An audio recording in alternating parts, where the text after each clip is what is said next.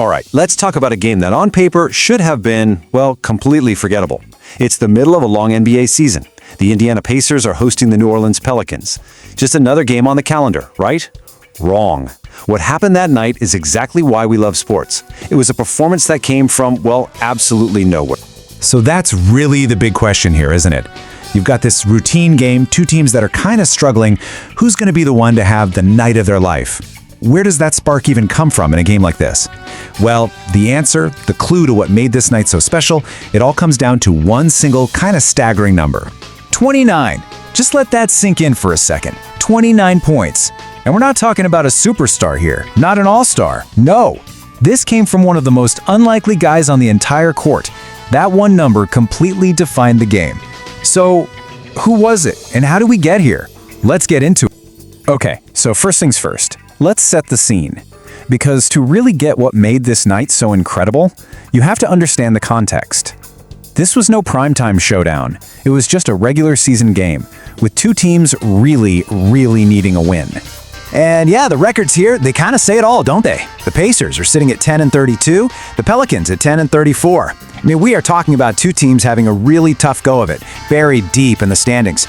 So on paper, you'd probably skip this one. But, you know, the best part about sports is that the games aren't played on paper. And thank goodness for that, right?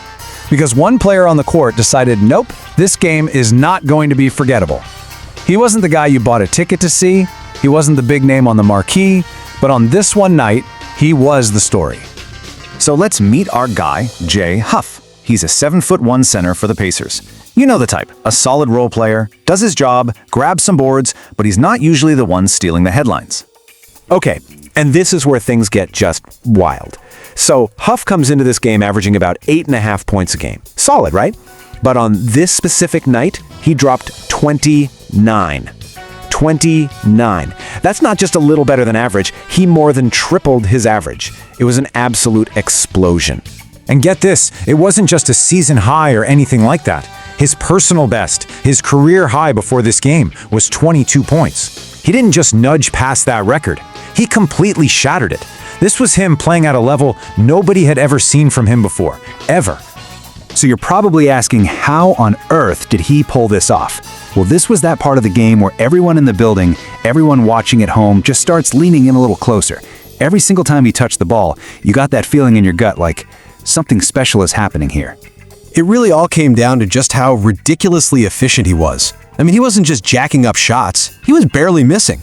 He shot 13 for 17 from the floor. Think about that, that's over 76%. And he's a 7-footer who stepped out and drained half of his three-pointers. The Pelicans just had no idea what to do with him. No answer at all. Just look at this final stat line. 29 points, a brand new career high, 9 rebounds, so he was this close to a double-double, and all of it on that insane 13 for 17 shooting. It was just a masterpiece, a total masterpiece. But you know, a performance like that, it just doesn't happen by itself. No matter how on fire one guy is, basketball is still a team game.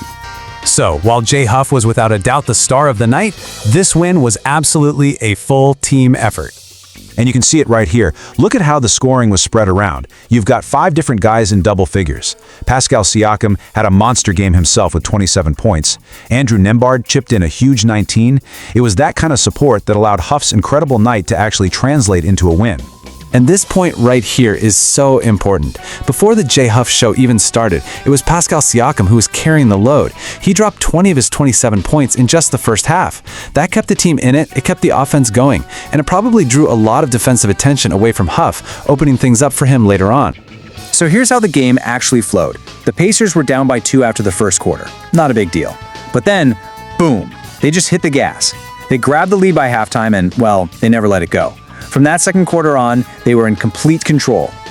So, what does in control look like? It looks like this: 73. That is how many points the Pacers scored in the first half alone. It was their best scoring half of the entire season.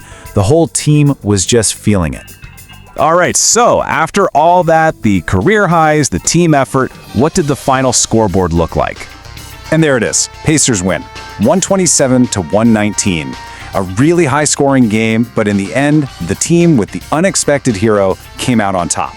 Just a massive win for them. So, okay, what does this one win really mean in the big picture? Well, it wasn't just some random victory. It was actually their 4th win in 5 games. It let them finish a really good homestand on a high note, and maybe most importantly, it gave them some serious momentum heading into a tough 5-game road trip. So, when you boil it all down, what's the big takeaway here? What do we learn from this one night in Indiana? Because it's about more than just a W in the win column, right? A game like this, it says something more. For me, it really just comes down to this. This is why sports are so great, right?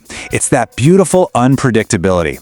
It's the simple reminder that on any given night, the person you'd never expect can be the one to step up and do something absolutely unforgettable. And that, of course, leaves us with the big, exciting question. Was this just a one-night wonder? Lightning in a bottle? A story he'll tell for the rest of his life? Or was this the beginning of something more? A sign that Jay Huff is about to become a way bigger deal than any of us thought. I guess only time will tell.